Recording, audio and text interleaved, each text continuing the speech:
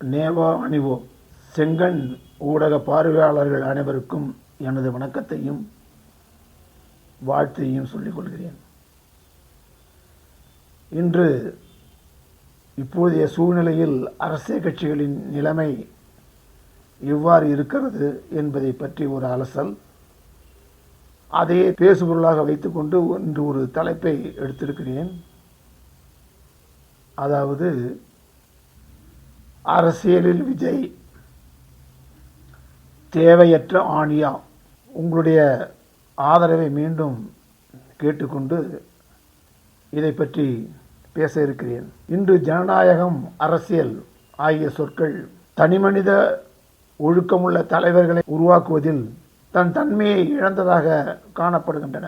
ஏனெனில் இச்சொற்கள் இன்று தனிமனித ஒழுக்கமில்லாத, சமூக ஒழுக்கமில்லாத, அரசியல் ஒழுக்கமில்லாத தலைவர்களின் மற்றும் தொலைநோக்கு பார்வையில்லாத தலைவர்களின் வாயில் அகப்பட்ட பபுல்கான், அதாவது ஜவ்வு மிட்டாய்கள். சில நேரங்களில் சில மனிதர்கள் இந்த ஜனநாயகம், அரசியல் ஆகியவற்றின் அறம் சார்ந்த தன்மையை விவரிக்கும் பொழுது சில அமைப்புகள், இயக்கங்கள், கட்சிகள் உருவாகின்றன. இதை தோற்றுவிப்பவர்கள் ஆரம்பத்தில் ஒழுக்க சீலராகவும் பொதுமக்களுடைய நம்பிக்கை பெற்றவர்களாகவும் பொதுவெளியில் மதிப்பு பெற்றவர்களாகவும் இருக்கிறார்கள். இவர்களுக்கு ஜனநாயக தன்மை உண்டு. ஆனால் போக போக இவர்கள் தருதலைகளாகவும் தனது வாரிசுகளுக்கு, பல தலைமைகளுக்கு சொத்து சேர்ப்பவராகவும் பொதுமக்களின் உழைப்பை சுரண்டி வாழ்பவர்களாகவும் காணப்படுகிறார்கள். இவ்வாறான அவர்களின் செயல்களால் வெறுப்படைந்த மக்கள் புதிய கட்சி, புதிய அமைப்பு, புதிய இயக்கங்களை தேட ஆரம்பிக்கிறார்கள். இது ஒரு தொடர்கதையாகவே இருந்து கொண்டிருக்கிறது. 20ஆம் நூற்றாண்டிலிருந்து பார்க்கும் பொழுது பார்ப்பனர் அல்லாத இயக்கம், நீதி கட்சி, கம்யூனிஸ்ட் இயக்கங்கள், நாம் தமிழர் கட்சி மற்றும் திராவிட கட்சி ஆகிய கட்சிகள் உருவாகின.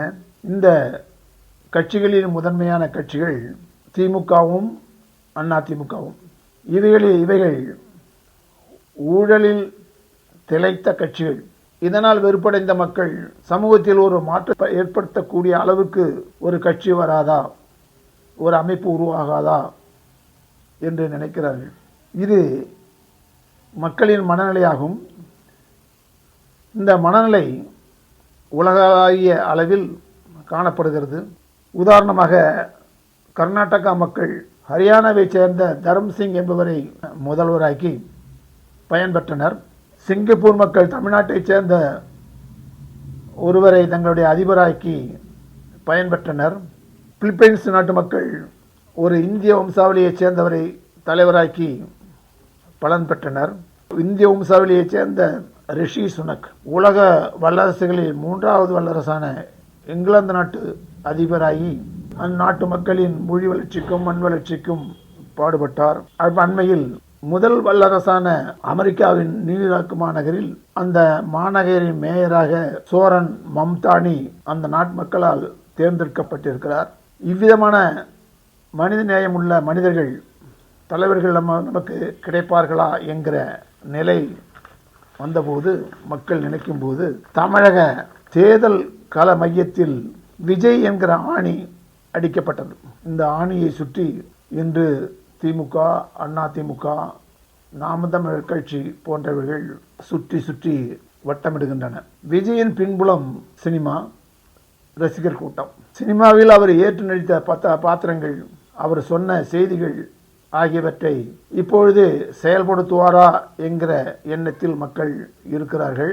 அதன்படி செயல்படுத்த வேண்டும் என்று அவர்கள் எதிர்பார்க்கிறார்கள். ஆனால் தனிமனித ஒழுக்கமற்ற ஈவே ராமசாமி நாயக்கரை தனது குல தெய்வமாக ஏற்றுக்கொண்டதால் மக்கள் சற்று வெறுப்படைந்தது போல காணப்படுகிறார்கள். செங்கோட்டையன், நாஞ்சில் சம்பத் போன்ற பெருச்சாளிகளை இது கூட வைத்திருப்பதால் அவர்கள் முகம் சுளிக்கின்றனர். சினிமாவில் கூத்தாடியாக இருந்த விஜய் அரசியலுக்கு வந்து சமூகத்தில் கூத்தாடுவாரா என்கிற பயம் இல்லைதான். ஏனெனில் யுக்ரைன் நாட்டு அதிபர் விளாடிமிர் ஜெலன்ஸ்கி ஒரு கூத்தாடி. அவர் தன்னுடைய கருத்தின் மூலம், தன்னுடைய நடிப்பின் மூலம் அந்நாட்டு மக்களின் 73 விழுக்காடு ஓட்டுகளை பெற்று அதிபராகியுள்ளார். அவர் இன்று யுக்ரைன் நாட்டின் மண்ணுக்கும் மக்களுக்கும் மொழிக்காகவும் உலகில் 2வது வல்லரசான ரஷ்யாவை எதிர்த்து போரிடுகிறார். இருப்பினும் டில்லி கெஜ்ரிவாலுக்கு கிடைத்த ஆதரவு போல அண்ணா ஹசாரே ஆதரவளித்தார். அந்த ஆதரவை போல எம்ஜிஆருக்கு ஒரு வகையில் திமுகவிடமிருந்து மற்றும் சினிமாவிடமிருந்து கிடைத்த ஆதரவு போல இவருக்கு இல்லை. ரசிகர்களின் ஓட்டு கிடைக்கலாம், பொதுமக்கள் இந்த அளவுக்கு இவருக்கு ஓட்டு போடுவார்கள் என்று பொறுத்திருந்து தான் பார்க்க வேண்டும். அரசியலுக்கு அவர் புதுமுகம் என்பதால் அரசியல் அங்கீகாரம் ஓரளவுக்கு அவருக்கு கிடைக்கலாம். ஆகவே கூட்டி கழித்து பெருக்கி வகுத்து பார்த்தால் அவர் 15-16 விழுக்காடு ஓட்டு வாங்குவதற்கு வாய்ப்பு இருக்கிறது. அதே நேரத்தில் 5-6 எம்எல்ஏ சட்டமன்ற உறுப்பினர்கள் வர வாய்ப்பு இருக்கிறது. அவருடைய முதலமைச்சர் கனவு பலிக்காது. அதே நேரத்தில் 2031 வரும் தேர்தலில் வெற்றி பெற வாய்ப்பு இருக்கிறது. விஜய் ரசிகர்களிடம் விஜய் பற்றியோ அவரது கட்சியை பற்றியோ ரசிப்பவர்களை மிரட்டாத பக்குவம் உள்ளது. இது விஜய்க்கு பலம், பலன். சீமானின் பின்புலம் முக்கியமாக ஈழப்போர். இதனால் எழுந்த எழுச்சியை பயன்படுத்துவதற்காக அவர் நாம் தமிழர் என்ற கட்சிக்கு உயிரூட்டினார். அதை பலப்படுத்தி சீமான் தலைமையில் ஆட்சி அமைக்க சிவபக்தர்கள் 63 நாயன்மார்கள் போல தமிழர் தேசிய பக்தர்கள் 62 பேர் ஒன்று திரண்டனர். ஆனால் அவர்கள் சீமானால் அவமானப்படுத்தப்பட்ட நிலையில் தங்கள் முயற்சியை அவர்கள் மௌனித்தனர். பேராசிரியர் தீரன் தலைமையில் உருவாக்கப்பட்ட கட்சி வரையறை இவரது உள்ளுரை சாதிப்பட்டால் கலையிழந்தது. சீமான் தனது அயராத முயற்சியால் மூளை முடுக்கெல்லாம் தமிழ் தேசிய சிந்தனையை பரப்பினார். அதனால் அவருக்கு 30 லட்சத்துக்கு மேல் இளைஞர்கள் ஒன்று கூடினர், கிடைத்தனர். ஆனால் இவரது தலைவர்களை உருவாக்கும் பண்பு இல்லாமை, கட்சி கட்டமைப்பு இல்லாமை, நாவடக்கம் இல்லாமை, ஆட்சியை பிடிக்க சாணக்கியத்தனம் இல்லாமை, தமிழர் இனக்குடிகளை ஒற்றுமைப்படுத்தாமை, சாதி ஒழிப்பு பேசி சாதி மாநாடு நடத்துதல், பிறர் கட்சி தலைவர்களை தொடர்ந்தாற்போல் விமர்சித்தல், தொண்டர்களுக்கு எதிரியார் நண்பன் யார் என்று காட்டுவதில் குழப்பம் ஆகியன இவரை மக்களிடத்திலிருந்து விலக்கிக் கொண்டிருக்கின்றன. இவரது ரசிகர்கள் மக்கள் நலநாடி சீமானை விமர்சிக்கும் போது வன்மை போக்கை கடைபிடிக்கிறார்கள், விமர்சிப்பவர்களை மிரட்டுகிறார்கள். இந்த போக்கு சீமானுக்கு பலமல்ல, பலவீனம். மக்களின் கட்சியை பற்றிய மனநிலை இவ்வாறு இருக்கையில் இவரது 234 தொகுதிகளிலும் தனித்து போட்டியிடும் கொள்கை கட்சிக்கு கடுமையான பின்னடைவை உருவாக்கும்.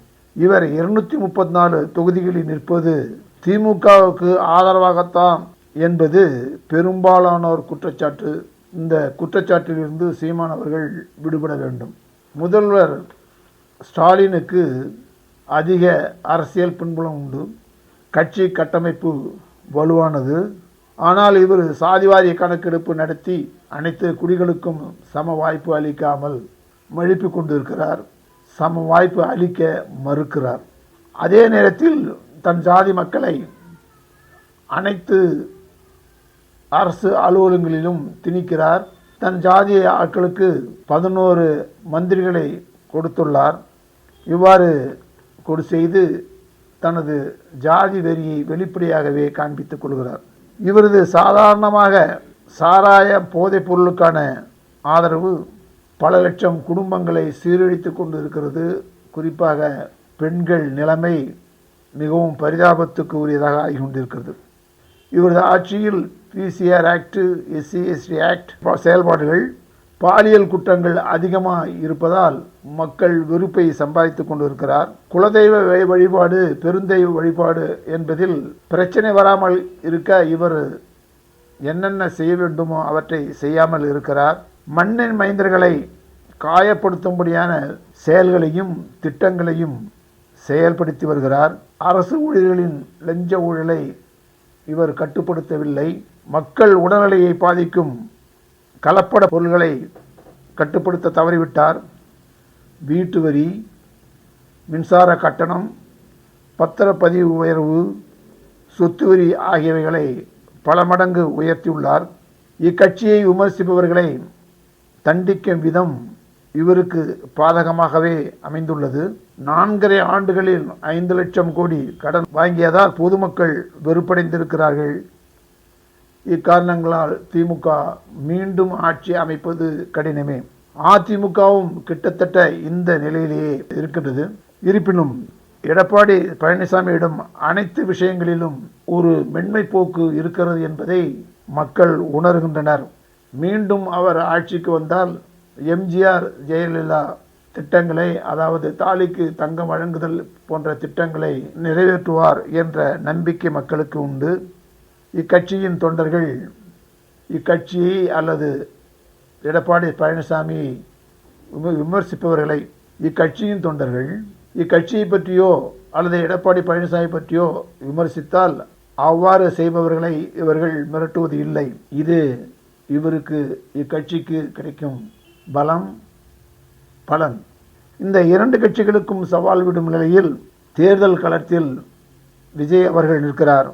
இவரால் இந்த 2 கட்சிகளுக்கும் தாக்கம் ஏற்படும், ஓட்டு குறையும் என்பது உண்மை. நாம் தமிழர் கட்சியின் வளர்ச்சியையும் இவரது செல்வாக்கு கட்டுப்படுத்தும் என்பது தெரிகிறது. இந்த தேர்தலில் திமுக கூட்டணியோ அல்லது அண்ணா திமுக கூட்டணியோ தனித்து பெரும்பான்மை பெற்று ஆட்சி அமைக்கப் போவதில்லை. அந்நிலையில் இவர் அதிமுகவுக்கு ஆதரவு அளிக்கலாம். அதன் பலனாக 2031 தேர்தலில் வெற்றி பெற முதலமைச்சராக ஆக இவர் வாய்ப்பை உருவாக்கி கொள்ளலாம். இந்த வாய்ப்பு சீமானுக்கு இல்லை. அதை பற்றி அவர் கவலைப்பட்டதாகவும் தெரியவில்லை. காரணம், அவரே சொல்வது போல அவர் ஓட்டுக்கானவர் அல்ல, நாட்டுக்கானவர். விஜய் அரசியலில் தேவையற்ற ஆணியா என்பதற்கு பதில், இன்றைய சூழ்நிலையில் ஒவ்வொரு கட்சியும் தன்னை நிதானப்படுத்திக் கொள்வதற்கும் லஞ்சம், பாலியல் வன்புணர்வு, போதைப்பொருள் புழக்கம், பிசிஆர் ஆக்ட், SC/ST ஆக்ட் செயல்களை கட்டுப்படுத்த உறுதி எடுத்து கொள்ளவும், எதிர்கால திட்டங்களை பொதுமக்கள் நலன் கருதி வரையறுத்து கொள்ளவும் அறிவுறுத்த விஜய் என்கிற ஒரு ஆணி தேவைதான். இத்துடன் இந்த காணொளியை முடித்துக் கொள்கிறேன். மீண்டும் ஒரு காணொளியில் உங்களை சந்திக்க இருக்கிறேன். நன்றி, வணக்கம். நேவோ அணிவோ.